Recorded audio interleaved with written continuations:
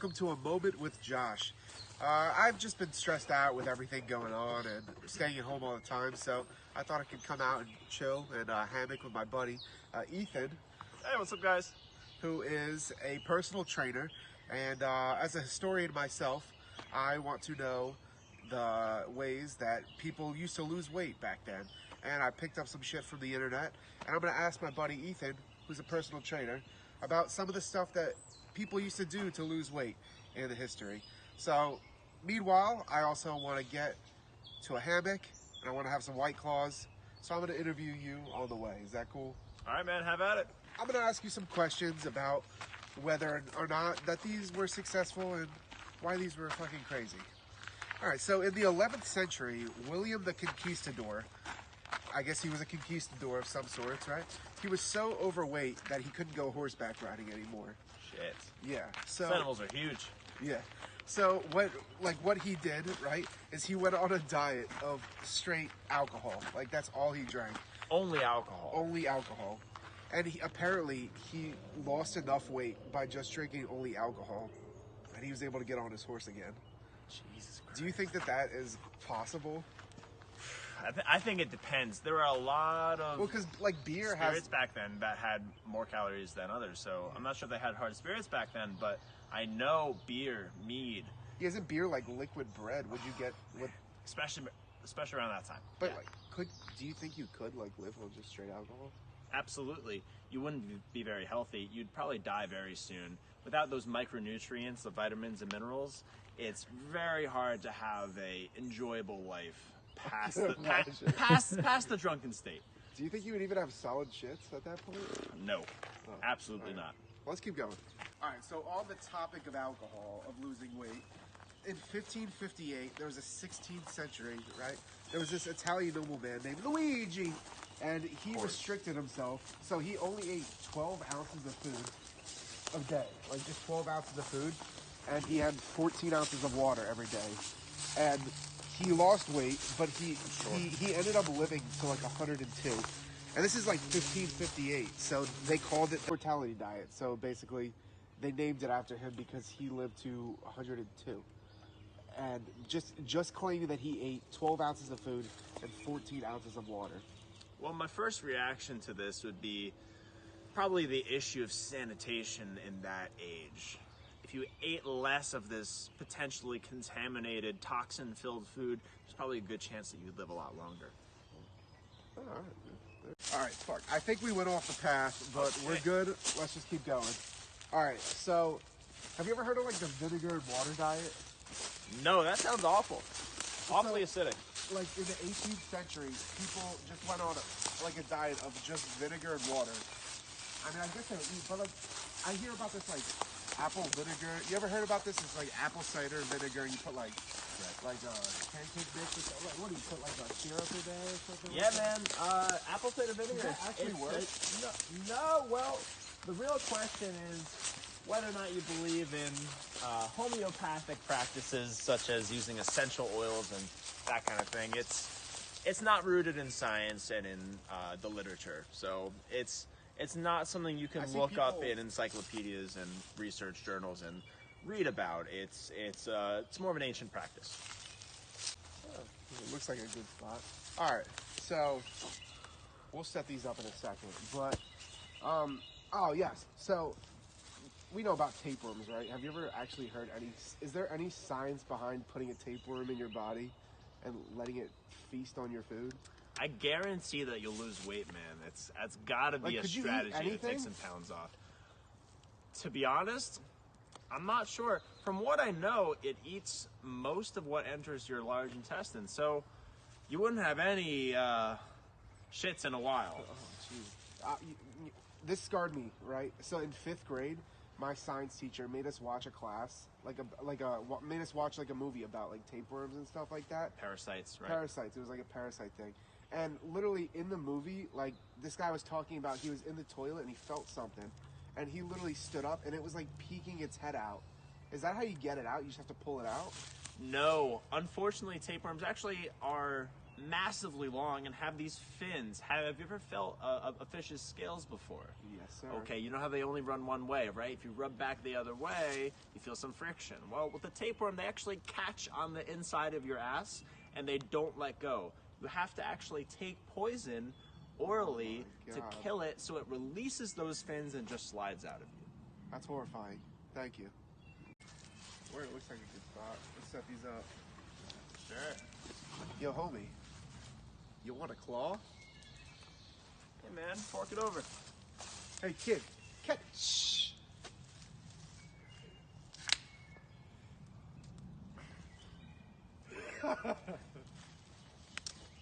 Like.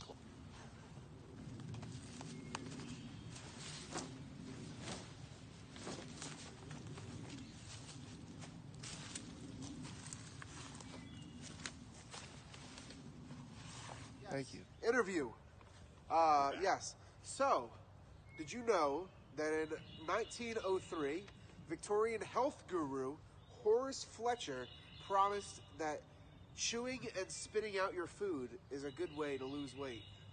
So I guess you eat your food sometimes, but if you eat something that is bad for you, if you just chew it and spitting it out, does that, like, do you consume the calories that way?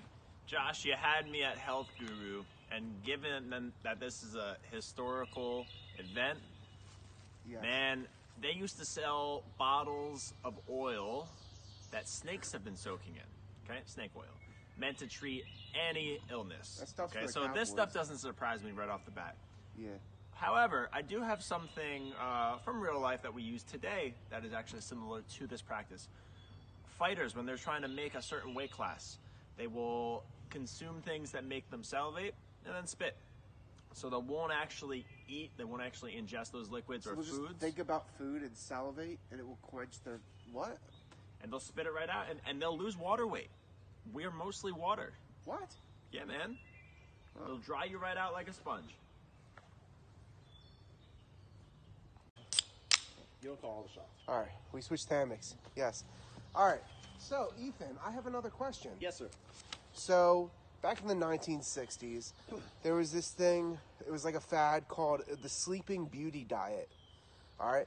And so you would take a bunch of sedatives to just fall asleep, and you would sleep for 20 hours a day. 20. And then you would have 4 hours of sleep where you would eat, like, do your thing. Okay. But, like, if you did that for a month, do you think you would lose weight that way? So this is putting into play time-restricted eating, otherwise known as intermittent fasting. So time-restricted eating is where you give yourself a strict window of time where you're going to eat. You can't eat throughout the other time for whatever reason. In this case, you're sleeping for 20 hours. So ultimately here, if you restrict the amount of time in a day that you can eat, the less food you're going to eat. Thus, weight will be lost. Easy math. I guess that makes sense. This thing's nice to swing in. Whee! Woo! I don't know who did that. Oh, hello. So in 1972, have you ever heard of Robert Atkins? The Atkins diet? Yes, I have. So isn't it? It's like carbs are the enemy, right? It's like you basically cut carbs out of your life. Like, is that like how good does that work? So the problem with the Atkins diet is it doesn't respect that carbs are the most easy fuel source that you can get. Think about it like this.